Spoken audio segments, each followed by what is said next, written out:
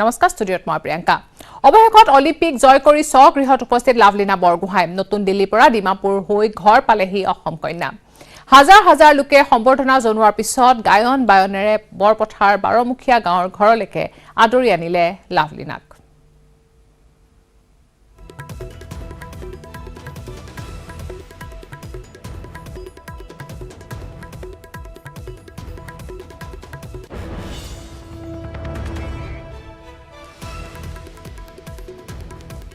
আজি লাভলীনা ঘৰলৈ আহিছে আৰু লাভলীনাক আদৰিবলৈ হাজাৰ হাজাৰ লোকে এনেদৰে আগবাঢ়ি আহিছে গায়ন বায়নেৰে আদৰি অনা হৈছে লাভলীনাক আৰু লাভলীনাক পাই উৎফুল্লিত হৈ পৰিছে গাঁওবাসী আমি যাব বিচাৰিছো আমাৰ সাংবাদিক দেৱাশিস গৌতমৰ ওচৰলৈ দেৱাশিস আপোনাৰ ওচৰলৈ আহিছো আৰু লাভলীনাক পাই ওচৰৰ পৰা এবাৰ পাই পিলে সকলোৱে উৎফুল্লিত হৈ পৰিছে গাঁওবাসী আৰু ঘৰৰ লোকেও বহুদিন পোৱা নাছিলে প্ৰায় এক বছৰ দূৰত আছিলে ঘৰৰ পৰা গতিকে আজি লাভলীনাক ওচৰৰ পৰা পাইছে ওচৰ চুবুৰীয়া গাঁওবাসী সকলোৰে এক আনন্দক উৎসৱমুখৰ পৰিৱেশ দেখিবলৈ পোৱা গৈছে লাভলীনাৰ গাঁৱত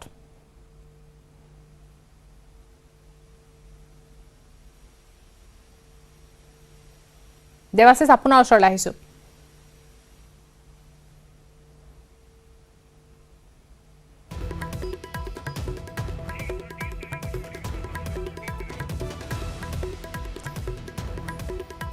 আজি দেখা পোৱা গৈছে উৎসৱমুখৰ পৰিৱেশ হয় দেৱাশিস শুনিবলৈ পাইছে হয় হয় প্ৰিয়ংকা লাভলীনা ঘৰ এতিয়া এক উখলমুখল পৰিৱেশ বিৰাজ কৰিছে কাৰণ আজি এবছৰৰ মূৰত লাভলীনা আহি স্বভূমিত নিজৰ ঘৰখন আহি উপস্থিত হৈছেহে আৰু এক আৱেগিক মুহূৰ্ত যেতিয়া আহি লাভলীনা আহি ঘৰখন উপস্থিত হৈছিল জ্যেষ্ঠ দুই ভগ্নী আৰু মাতৃ কান্দি উঠিছিল লাভলীনা কান্দি উঠিছিল মই সামগ্ৰিকভাৱে পৰিৱেশ দেখুৱাবলৈ অনুৰোধ কৰিছোঁ ইতিমধ্যে লাভলীনা ঘৰত গাঁওবাসী লোক আহি উপস্থিত হৈছে এক উদলি মুকলি পৰিৱেশ লাভলীনা ঘৰত কিয়নো লাভলীনা অলিম্পিকত পদক জয় কৰি ইতিমধ্যে ঘৰত আহি উপস্থিত হৈছে লাভলীনা ঘৰৰ ভিতৰত আছে কিছু সময়ৰ পিছতে ঘৰৰ সমীপত থকা এই পেণ্ডেলত আহি এই মঞ্চত আহি উপস্থিত হ'বহি আৰু কেমেৰা পাৰ্চনত যদি সম্ভৱ হয় ঘৰৰ পৰিৱেশ দেখুৱাবলৈ অনুৰোধ কৰিছোঁ অসংখ্য গাঁৱৰ ৰাইজ আহি উপস্থিত হৈছে বাইদেউ লাভলীনা আহি উপস্থিত হৈছে কি ক'ব এই মুহূৰ্তত প্ৰতিবেশী হিচাপে আমি বহুত সুখী হৈছোঁ তেওঁ যে ইমান সোনকালে আহি এই আমাৰ ঘৰত উপস্থিত হ'লহি তেওঁলৈ আমাৰ বহুত আশীৰ্বাদ থাকিল আৰু ভৱিষ্যতে আৰু উন্নতি কৰি যাওক এই আমাৰ ভগৱানৰ ওচৰত প্ৰাৰ্থনা হয় প্ৰিয়ংকা ইতিমধ্যে দুগৰাকী মন্ত্ৰী বিমল বৰা খেল মন্ত্ৰী আৰু যোগেন মোহন ডাঙৰীয়া ইতিমধ্যে আহি উপস্থিত হৈছে মই তেওঁলোকৰ ওচৰলৈ যাবলৈ চেষ্টা কৰিছোঁ ছাৰ আজি প্ৰায় এবছৰ মূৰত আহি লাভলীনা আহি ইয়াত উপস্থিত হৈছেহি আৰু অলিম্পিকত পদক বিজয়ী কৰি প্ৰথমবাৰ ঘৰখনলৈ আহিছে কি ক'ব এই মুহূৰ্তত এইটো এটা বিৰল মুহূৰ্ত এইটো আৱেগিক মুহূৰ্ত এটা ঐতিহাসিক মুহূৰ্ত ইয়াতে সৰুপথাৰবাসী ৰাইজে যি আৱেগেৰে তাইক আদৰণি জনাইছে বহুত দিন বিব্বল হৈ আছিল তাইক দেখা কৰিবৰ কাৰণে বিশ্ব গৌৰৱ আজি অধিকাৰ সন্মান পাবলৈ সক্ষম হৈছে গতিকে স্বাভাৱিকতে গাঁওখনৰ ৰাইজ আজি পৰিচিত হৈছে গাঁওখনৰ নাম উজ্বলিছে গতিকে এই মানে তাই যিমানখিনি আগুৱাই লৈ গ'ল অসমখন ভাৰতবৰ্ষখন আমি সঁচাকৈ তেনেকুৱা এটা বিৰল মুহূৰ্ত সাক্ষী হ'বলৈ পাই মই নিজে ধন্য মানিছোঁ ইয়াতে সৰুপথাৰ বিধায়ক কৰ্মদক্ষ বিধায়ক বিশ্বজিৎ ফুকনৰ যি তৎপৰতাত ইমানখন সুন্দৰ আজি আয়োজন হৈছে গতিকে মই ধন্যবাদ জনাইছোঁ তেখেতক আশীৰ্বাদ জনাইছোঁ তেখেত আৰু আগবাঢ়ি যাওক তাৰ আমি ভগৱানৰ ওচৰতো প্ৰাৰ্থনা জনাইছোঁ আমি অকৃত্ৰিম শুভেচ্ছা আৰু কৃতজ্ঞতা অভিনন্দন জ্ঞাপন কৰিছোঁ লাভলীনাক লৈ অসম চৰকাৰৰ ফালৰ পৰা পৰৱৰ্তী কেনেকুৱা ধৰণৰ পদক্ষেপ হ'ব পাৰে নিশ্চয় লাভলীনাক ইতিমধ্যে অসম চৰকাৰৰ 1 কোটি টকাৰে সন্মান কৰিছে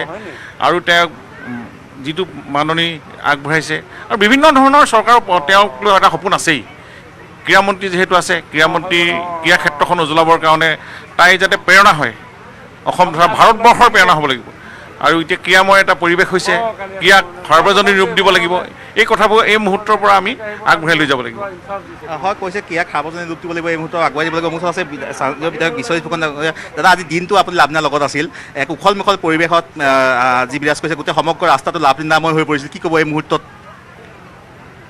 এটা শব্দত ক'বলৈ গ'লে মই নিজে ভাগ্যৱান আজি যে এই মুহূৰ্তত এনে সময়ত স্থানীয় বিধায়ক হিচাপে লাভলীনা বৰগোহাঁইৰ কাষত থাকিব পাৰিছোঁ আমি যিমান সন্মান দিলেও আচলতে আৰু দিব লাগে কাৰণ অসমবাসীৰ কাৰণে ভাৰতবাসীৰ কাৰণে লাভলীনা বৰগোহাঁই যি লৈ আহিলে 125 বছৰীয়া ইতিহাসক নতুন ৰূপ দি লাভলীনাই আজি ব্ৰঞ্জৰ পদক পাইছে অভিভূত হৈছোঁ আনন্দিত হৈছোঁ আমি সকলোৱে এই বিৰল মুহূৰ্ত জীৱনৰ এক অবিস্মৰণীয় সময় হিচাপে ধৰি ৰাখিব বিচাৰিছোঁ মই সকলোকে এই মুহূৰ্তটো সফল কৰি তোলাৰ কাৰণে ধন্যবাদ জনাইছোঁ হয় প্ৰিয়ংকা, আমাৰ লগত আছে খেলমন্ত্ৰী বিমল বৰা। মই তেওঁৰ ওচৰলৈ পোনপটীয়াকৈ যাব বিচাৰিছোঁ। ছাৰ, ইতিমধ্যে লাভলীনা আহি ঘৰত উপস্থিত হৈছে। খেলমন্ত্ৰী হিচাপে লাভলীনাক লৈ পৰৱৰ্তী সময়ত কেনেকুৱা ধৰণৰ পৰিকল্পনা আছে আপোনাৰ?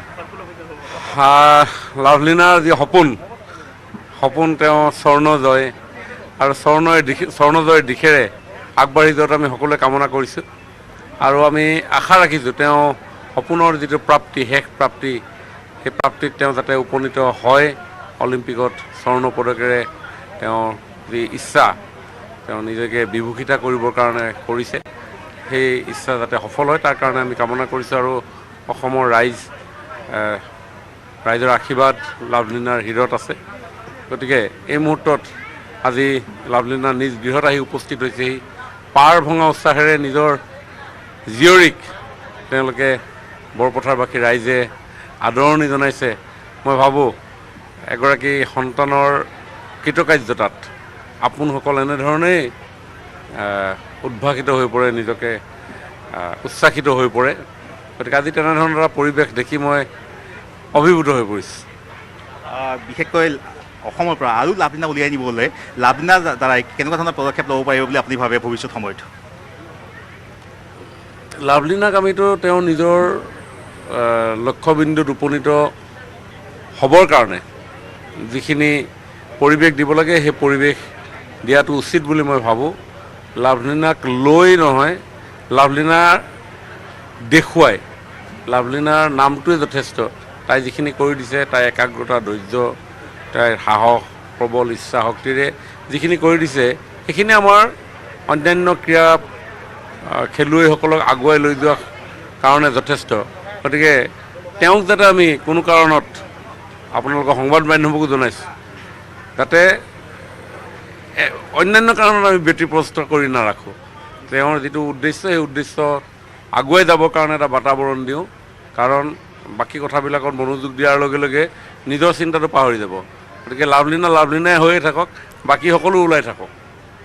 দেৱাশিষ গৌতম, ধন্যবাদ জনাইছোঁ। এই মুহূৰ্তত এয়া আছিলে বৰপথাৰৰ পৰা পোনপটীয়া সম্প্ৰচাৰ। ইতিমধ্যে লাভলীনাক লৈ সকলোৱে ওচৰৰ পৰা এবাৰ পাইছে, স্বগৃহত উপস্থিত হৈছে। তাৰ বাবে সকলোৱে এতিয়া অধীৰ আগ্ৰহে ৰৈ আছিলে। এতিয়া সকলোৱে ভাল পাইছে। গাঁওবাসী তেওঁ স্বগৃহত উপস্থিত হৈছে, লগতে পিতৃ মাতৃও অপেক্ষা কৰি আছিল, ভগ্নীয়ে অপেক্ষা কৰি আছিল। হয়তো এতিয়া বিভিন্ন ধৰণৰ কথা, বিভিন্ন ধৰণৰ আলোচনাৰ মাজত ব্যস্ত হৈ আছে লাভলীনা। বিভিন্নজনে শুভেচ্ছা জনাইছে আৰু যাতে লাভলীনা আগবাঢ়ি যাব পাৰে তাৰ বাবে শুভেচ্ছা, আশীৰ্বাদ কৰিছে এতিয়া সকলোৱে। আহিছোঁ পৰৱৰ্তী খবৰলৈ। ৰাজ্যত ক'ভিড পৰিস্থিতি ক্ৰমাৎ উন্নত হোৱাত পুনৰ এঘণ্টা হ্ৰাস কৰা হ'ল সান্ধ্য আইনৰ সময়। সন্ধিয়া 6 বজাৰ পৰিৱৰ্তে এতিয়াৰ পৰা সমগ্ৰ ৰাজ্যত সন্ধিয়া 7 বজাৰ পৰা বলবৎ হ'ব সান্ধ্য আইন। ইপিনে কেতবোৰ চৰ্ত সাপেক্ষে খুলি দিয়া হৈছে আন্তঃজিলা যাতায়াত। প্ৰকাশ পালে ক'ভিডৰ নতুন SOP, চৰ্ত সাপেক্ষে খুলিল আন্তঃজিলা যাতায়াত। ৰাজ্যজুৰি এঘণ্টা শিথিল নৈশ সান্ধ্য আইন। কামৰূপ মহানগৰৰ ক্ষেত্ৰত কঠোৰ নীতি নিৰ্দেশনা। ৰাজ্যত ক্ৰমান্বয়ে উন্নত হৈছে ক'ভিড পৰিস্থিতি, যাৰ বাবে নতুন SOPত অনা হৈছে কেতবোৰ নতুন শিথিলতা। স্বাস্থ্যমন্ত্ৰী কেশৱ মহন্তই মঙলবাৰে প্ৰকাশ কৰা নতুন SOP অনুসৰি এতিয়াৰে পৰা সন্ধিয়া 6 বজালৈ খোলা থাকিব সকলো দোকান পোহাৰ। এতিয়াৰে পৰা সন্ধিয়া 7 বজাৰ পৰা ৰাজ্যত প্ৰযোজ্য হ'ব নৈশ সান্ধ্য আইন। 6 বজালৈকে সকলো দোকান বজাৰ খোলা থাকিব, অফিচ কাৰ্যালয় সকলো। তাৰ পিছতে 7 বজাৰ পৰা পুৱা 5 বজালৈ কাৰফিউ হ'ব। ইয়াৰ আগতে কাৰফিউ 11 ঘণ্টা আছিল, এতিয়া কাৰফিউ 10 ঘণ্টা হ'ব। আনহাতে চৰ্ত সাপেক্ষে খুলি দিয়া হৈছে বিগত 4 মাহে বন্ধ হৈ থকা আন্তঃজিলা যাতায়াত। কেৱল ব্যক্তিগত বাহনৰ ক্ষেত্ৰতহে আঁতৰিল এই নিষেধাজ্ঞা। যাত্ৰীবাহী বাছৰ ওপৰত বাহাল থাকিব পূৰ্বৰ নিষেধাজ্ঞা। কিন্তু কামৰূপ মহানগৰ জিলাত ক'ভিড সংক্ৰমণ বৃদ্ধি হোৱাৰ বাবে আন্তঃজিলা যাতায়াতৰ ক্ষেত্ৰত বাহাল থাকিব একেই নীতি নিৰ্দেশনা। বৰ্তমান সময়ত কামৰূপ মহানগৰৰ পৰা যাব নোৱাৰিব আন জিলালৈ আৰু আন জিলাৰ পৰাও আহিব নোৱাৰিব গুৱাহাটীলৈ। একেদৰে যুগ্ম অযুগ্ম বাহনৰ চলাচলৰ ক্ষেত্ৰতো বাতিল কৰা হৈছে পূৰ্বৰ নিষেধাজ্ঞা। আন্তঃজিলা যাতায়াতৰ ক্ষেত্ৰত ইতিমধ্যে নিষেধাজ্ঞা আছিল, সেই নিষেধাজ্ঞা আমি শিথিল কৰিবলৈ বিচাৰিছোঁ কেৱল ব্যক্তিগত যান বাহনৰ ক্ষেত্ৰত। এতিয়া ব্যক্তিগত যান বাহন খোলা থাকিব, সকলো জিলাৰ পৰা সকলো জিলালৈ যাব পাৰিব। কিন্তু কামৰূপ মেট্ৰ'ৰ যিটো আমি তথ্য পাইছোঁ, এই তথ্যৰ ভিত্তিত কামৰূপ মেট্ৰ'ৰ পৰা বাহিৰলৈ যোৱা আৰু কামৰূপ মেট্ৰ'লৈ বাহিৰৰ পৰা অহা এইটো নিষেধাজ্ঞা বাহাল থাকিব। ইপিনে ধৰ্মীয় অনুষ্ঠানৰ ক্ষেত্ৰত প্ৰতি ঘণ্টাত সৰ্বাধিক 20 গৰাকী লোকক প্ৰদান কৰা হৈছে অনুমতি। কিন্তু কোভিডৰ দুয়োপালি প্ৰতিষেধক লোৱা লোকেহে প্ৰৱেশ কৰিব পাৰিব মন্দিৰৰ চৌহদত।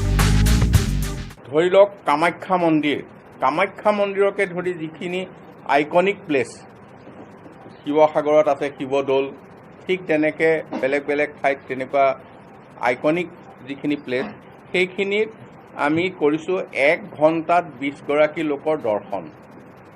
আৰু এটা কথা তাত লগত থাকিব যে তেওঁলোকে 2 পালি প্ৰতিষেধক গ্ৰহণ কৰা ব্যক্তি হ'ব লাগিব। তেতিয়া 1 ঘণ্টাত আমি 20 গৰাকী লোকৰ দৰ্শন কৰিবৰ কাৰণে এই মন্দিৰসমূহ মুকলি কৰাৰ কথা কোৱা হৈছে। বুধবাৰৰ পৰা এটা সপ্তাহ প্ৰযোজ্য হোৱাকৈ জাৰি কৰা হৈছে কোভিডৰ এই নতুন নীতি নিৰ্দেশনা। কেমেৰাত সঞ্জয় বৰাৰ সহযোগত হীৰকজ্যোতি মালাকাৰৰ report, news 18 Assam north east. ৰাজ্যত কোভিডৰ প্ৰথম পালি প্ৰতিষেধকৰ পৰিৱৰ্তে দ্বিতীয় পালি প্ৰতিষেধক লোৱা লোকৰ সংখ্যা একেবাৰে কম। এই পৰ্যন্ত ৰাজ্যত মাত্ৰ 11% লোকেহে লৈছে কোভিডৰ দ্বিতীয় পালি প্ৰতিষেধক। সংবাদমেলত এই উদ্বেগজনক তথ্য প্ৰকাশ কৰিছে খোদ স্বাস্থ্যমন্ত্ৰীয়ে। ৰাজ্যত অব্যাহত আছে কোভিডৰ টিকাকৰণ প্ৰক্ৰিয়া, কিন্তু এই পৰ্যন্ত বহু লোকে লোৱা নাই কোভিডৰ দ্বিতীয় পালি প্ৰতিষেধক। ৰাজ্যত এই পৰ্যন্ত 25,21,000 লোকে গ্ৰহণ কৰিছে কোভিডৰ দ্বিতীয় পালি প্ৰতিষেধক। আনহাতে ৰাজ্যত 1,18,00,000 লোকক প্ৰদান কৰা হৈছে কোভিডৰ প্ৰথমটো টিকা। এই তথ্য সংবাদমেলযোগে সদৰি কৰিছে স্বাস্থ্যমন্ত্ৰী কেশৱ মহন্তই। এতিয়ালৈকে আমাৰ ফাৰ্ষ্ট ড'জ ভেকচিন দিয়া হৈছে 1,18,00,000 আৰু ছেকেণ্ড ড'জ দিয়া হৈছে 25,21,000 লোকক। দৈনিক 2.5 পৰা 3 লাখ লোকক কোভিড ভেকচিন প্ৰদানৰ ব্যৱস্থা কৰিছে ৰাজ্য চৰকাৰে। বৰ্তমান ৰাজ্যত মজুত আছে পৰ্যাপ্ত পৰিমাণৰ কোভিডৰ প্ৰতিষেধক। এতিয়া আমি ধৰক ডেইলি 2.5 লাখ 3 লাখৰ ভিতৰত ভেকচিন দি আছোঁ। আমাৰ ভেকচিন পৰ্যাপ্ত পৰিমাণে আজিৰ দিনটোত আছে। ৰাজ্যত 51% লোকে প্ৰথম পালি টিকা লোৱাৰ বিপৰীতে মাত্ৰ 11% লোকে কোভিডৰ দ্বিতীয় পালি টিকা লোৱাত উদ্বিগ্ন হৈ পৰিছে স্বাস্থ্য বিভাগ। সংবাদমেলযোগে সকলোকে কোভিডৰ দুয়ো পালি টিকা লোৱাৰ আহ্বান স্বাস্থ্যমন্ত্ৰী কেশৱ মহন্তৰ। এতিয়া কথা হ'ল কি, আমি অনুৰোধ জনাম যে ছেকেণ্ড ড'জ যিসকলে ল'বলৈ আছে, আমি যথেষ্ট চেষ্টা কৰিছোঁ, ঘৰত ফোন কৰিছোঁ, কল চেণ্টাৰ বহুৱাইছোঁ ডিষ্ট্ৰিক্টে। তাৰপিছতো বহু লোক এতিয়া ছেকেণ্ড ড'জ ল'বলৈ কি কাৰণত অহা নাই, বা তেওঁলোকে হয়তো ক'ৰবাত লৈ গ'ল নেকি, কিবা হ'ল নেকি, তেনেকুৱা ধৰণৰ কোনো এতিয়া আমি যেনেধৰণে সঁহাৰি পাব লাগে পোৱা নাই। গতিকে আপোনালোকৰ জৰিয়তে অনুৰোধ জনাইছোঁ যে ছেকেণ্ড ড'জ ল'বলৈ আগবাঢ়ি আহিব লাগে। কিন্তু এতিয়া প্ৰশ্ন হ'ল, কিহৰ বাবে কোভিডৰ দ্বিতীয় পালি টিকাকৰণৰ হাৰ ৰাজ্যত অতি নিম্নমানৰ? চৰকাৰৰ সজাগতা তথা ভেকচিনৰ অভাৱ নে ৰাইজৰ হেমাহি? স্বাস্থ্যমন্ত্ৰীয়ে দাবী কৰা ধৰণে ৰাজ্যত সঁচাকৈ পৰ্যাপ্ত আছেনে কোভিডৰ প্ৰতিষেধক? Bureau' report, news 18 Assam north east.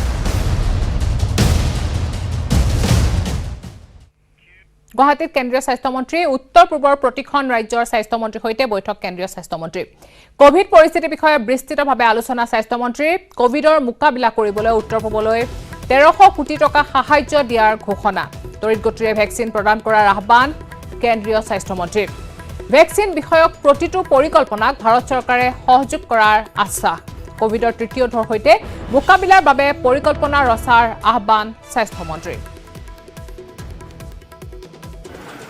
Bharat सरकार की ओर से विस्तृत प्रेजेंटेशन रखा गया। सभी स्टेट की ओर से अपने स्टेट में कोविड क्राइसिस मैनेजमेंट के लिए जो कार्यवाही की गई उसके लिए विस्तृत प्रेजेंटेशन रखा गया। अगले दिनों में कोविड मैनेजमेंट के लिए और भविष्य में कोविड का सामना करने के लिए 1300 करोड़ से अधिक कोविड रिस्पॉन्स पैकेज के तहत नॉर्थ ईस्ट के सभी स्टेट को सहायता दी जाएगी। ये सहायता का उपयोग करके लोकल लेवल पर, डिस्ट्रिक्ट लेवल पर मेडिसिन का प्रोक्योरमेंट हो, बफर स्टॉक हो, ऑक्सीजन का स्टॉक हो, बेड की सुविधा बढ़े, आईसीयू बेड की सुविधा बढ़े, बच्चों के लिए बेड की सुविधा बढ़े, ये सारी व्यवस्था उसमें से की जाएगी। और नॉर्थ ईस्ट स्टेट में वैक्सीनेशन स्पीड से हो, इसके लिए भी विस्तार से चर्चा की गई है। খবৰ আৰু আছে কিন্তু তাৰ আগতে লৈছে এটা সৰু বিৰতি। चल शुरू हो जा my turn कर दे सब कुछ on track strong है my turn flexible है my turn बड़ा समझदार নিৰ্মাণৰ মানদণ্ড my turn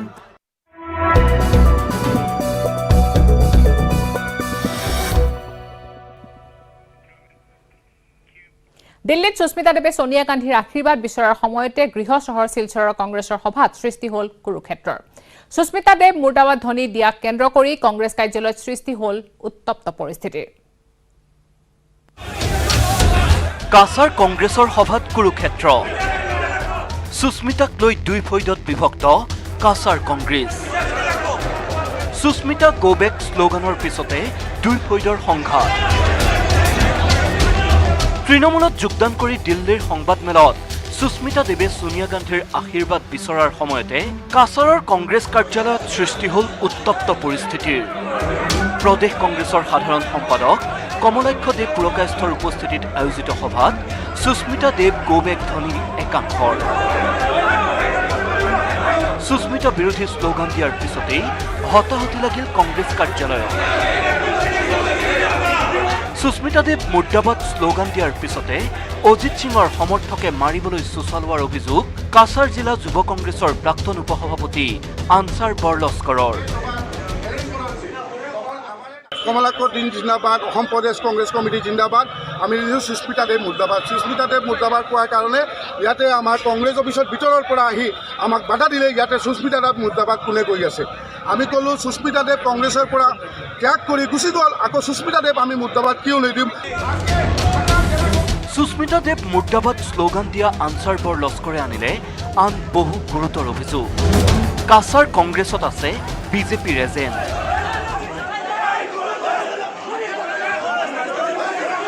হীৰক চক্ৰৱৰ্তী বিজেপিৰ হৈ দলাইত কাম কৰিছিলে যোৱা MLA ইলেকশ্যনত। হীৰক দাস বিজেপিৰ হৈ কাম কৰিছিলে যোৱা ইলেকশ্যনত। এতিয়া মোক আহি সোধে তই কংগ্ৰেছৰ কোন হয়। মই 2 বাৰৰ ইলেক্টেড ইউথ কংগ্ৰেছৰ ভাইচ প্ৰেচিডেণ্ট হয় কাছাৰ জিলাত। কাছাৰ কংগ্ৰেছ কাৰ্যালয়ত দল ত্যাগী সুস্মিতা দেৱৰ ফটো ওলমি থকা কাণ্ডৰো বিৰোধিতা কৰিলে ক্ষুব্ধ কংগ্ৰেছী আনছাৰ বৰলস্কৰে। আজি চাওক কংগ্ৰেছ অফিচত সুস্মিতা দেৱৰ এতিয়া ফটো লগাই আছে। আমি এই ফটোখন এতিয়া আমি খুলি দিম। ইয়াতে সুস্মিতাৰ দাদাগিৰি নচলিব। আৰু আমি ইয়াতে কমলাক্ষ দা পুৰকায়স্থক আমি কাছাৰ কংগ্ৰেছৰ আজি কেইজনমান general secretary admin general secretary অহা নাই। আমি এইটো সুধিবৰ কাৰণে গৈছিলোঁ। আমাক অজিত সিঙে বাধা দিছে আৰু বাধা দিয়াৰ পিছত ইয়াতে অজিত সিঙৰ কেইটা ল'ৰা আহি আমাক মাৰিবলৈ চেষ্টা কৰিছে। এইটো আমি আনকি শিলচৰলৈ অহাৰ পিছতে সুস্মিতা দেৱ কিমান ডাঙৰ নেত্ৰী সেয়া গম পোৱা যাব বুলিও কটাক্ষ কৰিলে কমলাক্ষ দেৱ পুৰকায়স্থই। মই ভাবিছিলোঁ যে সুস্মিতা দেৱ বিৰাট ডাঙৰ নেত্ৰী নেকি। এতিয়া গম পালোঁ যে যেনেকুৱা মানুহ ওলাই আছে, যে প্ৰত্যেকজন কংগ্ৰেছ কৰ্মী ওলাই আছে, যেনে আমি কংগ্ৰেছ কৰিম, কংগ্ৰেছ অফিচ কৰি যাম, কংগ্ৰেছৰ কেনেকুৱা হৈছে, কেনেকুৱা কি কংগ্ৰেছৰ ভাল কৰিব পাৰিম, এই যে আৱেগ মই প্ৰথমে দেখা পাইছোঁ। দল ত্যাগী সুস্মিতালৈ খেল মাৰি বৰাক কংগ্ৰেছক উজ্জীৱিত কৰাৰ পৰিকল্পনা আওৰালে প্ৰদেশ কংগ্ৰেছৰ সাধাৰণ সম্পাদক কমলাক্ষই। আমি হেৰিয়াত ব্লক ৱাইজ যাম, ব্লক ৱাইজ আমাৰ মণ্ডল কনভেনশ্যন হ'ব, ব্লক ৱাইজ আমাৰ কনভেনশ্যন হ'ব। মানে সংগঠনৰ যিটো গাইডলাইন আছে, গাইডলাইন মতে আমি যাতে আৰু তললৈ যাব পাৰি। আৰু আমাৰ যিবোৰ কংগ্ৰেছৰ মানে লিডাৰ আছে, আমি আজি ধৰা পালোঁ যে ডেডিকেটেড লিডাৰ। মই ভবা নাছিলোঁ যে শিলচৰৰ ইমান কংগ্ৰেছৰ নেতা আছে, ইমান লিডাৰ আছে, আমাৰ ব্লক লেভেল, আমাৰ মণ্ডল লেভেল ইমান ষ্ট্ৰং। আজি গম পাইছোঁ যে ইমান ষ্ট্ৰং, প্ৰত্যেকটা সংগঠন ষ্ট্ৰং। আটাইতকৈ মই ভাবোঁ বৰাকবেৰীটো ষ্ট্ৰং হয়। দল ত্যাগ কৰাৰ পিছতো কাৰ্যালয়ত সুস্মিতা দেৱৰ ফটো ওলমি থকা কংগ্ৰেছক কমলাক্ষ দেৱ পুৰকায়স্থই কিমান গতি দিব পাৰে সেয়া সময়েহে ক'ব। শিলচৰৰ পৰা অনিৰুদ্ধ লস্কৰৰ report, news 18 Assam north east. Sushmita দেৱে কংগ্ৰেছ ত্যাগ কৰাটো দুৰ্ভাগ্যজনক প্ৰয়াত পিতৃ সন্তোষ মোহন দেৱ জীয়াই থকা হলে কেতিয়াও কংগ্ৰেছ ত্যাগ কৰিব নোৱাৰিলেহেঁতেন সুস্মিতাই কংগ্ৰেছ এৰি তৃণমূলত যোগদানৰ পিছতে সুস্মিতা সম্পৰ্কে এই মন্তব্য বৰাকৰ এগৰাকী প্ৰতাপী নেতাৰ কংগ্ৰেছ ত্যাগ কৰিব নালাগিছিল সুস্মিতা দেৱে কংগ্ৰেছৰ বেয়া দিনত আছিল ৰাজাবাবু সন্তোষ মোহন দেৱ আছিল কংগ্ৰেছৰ স্তম্ভ সন্তোষ মোহন দেৱ জীৱিত থকা হলে সুস্মিতা দেৱে কংগ্ৰেছ ত্যাগ কৰিব নোৱাৰিলে হয় জাতীয় কংগ্ৰেছৰ পৰা অধিক সুবিধা পোৱা পৰিয়ালৰ ভিতৰত অন্যতম হ'ল সুস্মিতা দেৱৰ পৰিয়াল এই স্পষ্ট অভিযোগ উত্থাপন কৰে দক্ষিণ কৰিমগঞ্জ সমষ্টিৰ 4বাৰৰ বিধায়ক তথা প্ৰাক্তন কংগ্ৰেছী মন্ত্ৰী সিদ্দিক আহমেদে সিদ্দিক আহমেদৰ মতে সুস্মিতা দেৱৰ পিতৃ প্ৰয়াত সন্তোষ মোহন দেৱ আছিল কেন্দ্ৰীয় মন্ত্ৰী সেয়ে নহয় তেওঁ 7বাৰকৈ লোকসভালৈ সাংসদ হিচাপে নিৰ্বাচিত হৈছিল মাতৃ বিথিকা দেৱ আছিল শিলচৰৰ বিধায়িকা সুস্মিতা দেৱকো কংগ্ৰেছে প্ৰথমে বিধায়িকা পিছলৈ সাংসদ বনাইছিল সুস্মিতাৰ কংগ্ৰেছ ত্যাগত সন্তোষ মোহন দেৱৰ আত্মায়ো শান্তি নাপাব বুলি তাৎপৰ্যপূৰ্ণ মন্তব্য কৰে সিদ্দিক আহমেদে আজি সুস্মিতা দেৱ যে তেওঁ কংগ্ৰেছ এৰিলে এইটো যেতিয়া এইটো মেছেজটো গৈছে আজি হয়তো তেওঁৰ দেউতা নাই কিন্তু তেওঁৰ দেউতাৰ আত্মাই শান্তি নাপাব কাৰণ তেওঁ মানে এজন কংগ্ৰেছৰ ফাউণ্ডাৰ হিচাপে বহুত দিন তেওঁ কাম কৰিছিলে কংগ্ৰেছৰ এজন মানে জ্যেষ্ঠ নেতা আছিলে আৰু এটা টাইমত মানে ত্ৰিপুৰাৰ চৰকাৰ তেওঁ আনিছিলে সুস্মিতা দেৱে কংগ্ৰেছ ত্যাগ কৰি তৃণমূল কংগ্ৰেছত যোগ দিছে যদিও সেই কথা এতিয়াও বিশ্বাস কৰিব পৰা নাই সিদ্দিক আহমেদে সুস্মিতা দেৱ যে কংগ্ৰেছ এৰি যাব এইটো মই কেতিয়াও ভবা নাই তেওঁ হয়তো নিজৰ পলিটিকেল কেৰিয়াৰৰ মানে কোনফালে লৈ যাব এইটো মই নাজানো তো যিফালেই যাওক তেওঁৰ ভাল হওক সেইটো মই ভাবোঁ স্থান এৰিলে মান হেৰুৱাই বুলি কয় সংখ্যালঘু নেতাগৰাকীয়ে কংগ্ৰেছ ত্যাগৰ পিছত গৌতম ৰয় ৰাহুল ৰয় ৰাজদীপ গোৱালা মানসিং ৰংপি জয়ৰাম ইংলেঙৰ কি অৱস্থা হ'ল বুলি প্ৰশ্ন কৰে সিদ্দিক আহমেদে Bipul Barman news 18 Assam north east Congress ত্যাগ কৰিব নেকি সাংসদ প্ৰদ্যুৎ বৰদলৈ মুখ্যমন্ত্ৰী হিমন্ত বিশ্ব শৰ্মাৰ সৈতে এতিয়াও কি আন্তৰিকতা সাংসদ প্ৰদ্যুৎ বৰদলৈৰ কোন কোন দলে যোগাযোগ কৰিছে প্ৰদ্যুৎ বৰদলৈৰ সৈতে এই সকলো প্ৰশ্নৰ পোনপটীয়া উত্তৰ দিছে খুদ নগাঁৱৰ সাংসদ প্ৰদ্যুৎ বৰদলৈয়ে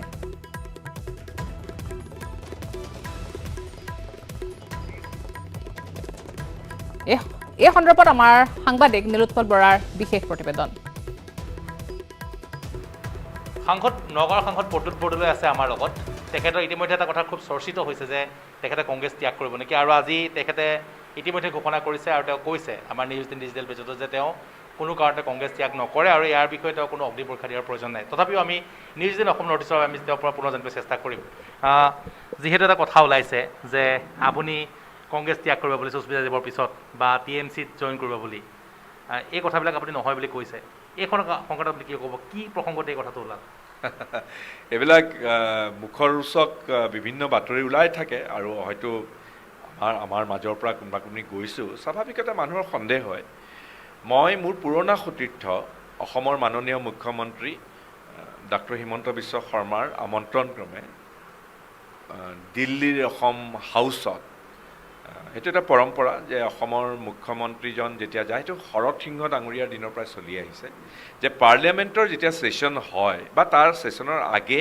বা ছেশ্যন চলি থকা সময়ত অসমৰ মুখ্যমন্ত্ৰীজন যেতিয়া দিল্লীলৈ যায় এইটো এটা পৰম্পৰা আছে যে তেওঁ অসমক প্ৰতিনিধিত্ব কৰা সংসদৰ মজিয়াত দল মত নিৰ্বিশেষে অকল নিজৰ দলৰে নহয় প্ৰতিপক্ষৰো বিৰোধীৰো সাংসদসকলক মাতে সেই এটা পৰম্পৰা আগৰ প্ৰয়াত আমাৰ মুখ্যমন্ত্ৰী শৰৎ সিংহ ডাঙৰীয়াই সেইটো তেওঁ প্ৰতিষ্ঠা কৰিছিলে তাৰপিছতো হিতেশ্বৰ শইকীয়াদেউ যেতিয়া মুখ্যমন্ত্ৰী আছিলে যেতিয়া তৰুণ গগৈ ডাঙৰীয়া আছিলে এইসকলেও এই পৰম্পৰাটো ৰক্ষা কৰি আহিছিলে এইবাৰ অসমৰ মাননীয় মুখ্যমন্ত্ৰী ডক্টৰ হিমন্ত শৰ্মাই যেতিয়া দিল্লীলৈ গৈছিলে আমাক সকলোকে মাতিছিলে আৰু বৰ আন্তৰিকতাৰে মাতিছে এইটো নহয় যে ৰুটিন মাফিক কোনোবা অফিচাৰৰ হতুৱাই এনেকৈ মেছেজ এটা দি দিছে আমি সকলো দৌৰ মাৰি আহিছোঁ তেনেকুৱা নহয় বৰ আন্তৰিকতাৰ সৈতে নিজে ফোন কৰি পেলাই মাতিছে আৰু স্বাভাৱিকতে অসমৰ মাননীয় মুখ্যমন্ত্ৰীক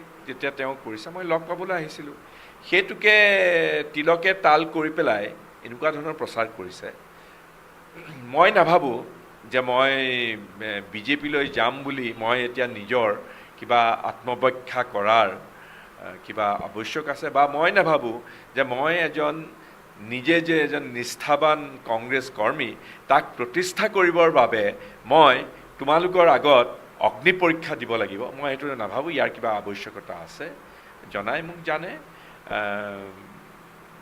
কাম কৰি যাম দেখা যাব অসমৰ স্বাৰ্থত নগাঁৱৰ মোৰ সমষ্টিবাসী ৰাইজৰ স্বাৰ্থত আৰু সেয়াই মোৰ এতিয়া প্ৰধান কৰণীয় কংগ্ৰেছৰ ফালৰ পৰা কিবা যোগাযোগ হৈছে নেকি আপোনাৰ এটা কথা ঠিক এই যে লীগ খেলাবিলাক হয় লীগ খেলাৰ আগতে ক্লাববিলাকে বিভিন্ন ধৰণৰ খেলুৱৈবিলাকক যিবিলাক অলপ ভাল খেলুৱৈ সেইবিলাকক যোগাযোগ কৰে মই ভাল খেলুৱৈ হয়নে নহয় মই নাজানো কিন্তু মোক যোগাযোগ অৱশ্যে বিভিন্ন দলৰ পৰাই কৰিছে এতিয়া নহয় বহু বছৰৰ পৰাই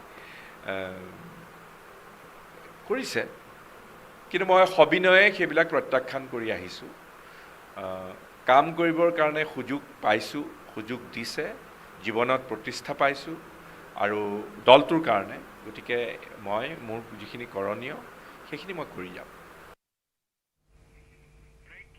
পুনৰ ঘূৰি আহিম বাতৰিৰ মাজলৈ কিন্তু তাৰ আগতে লৈছে এটা সৰু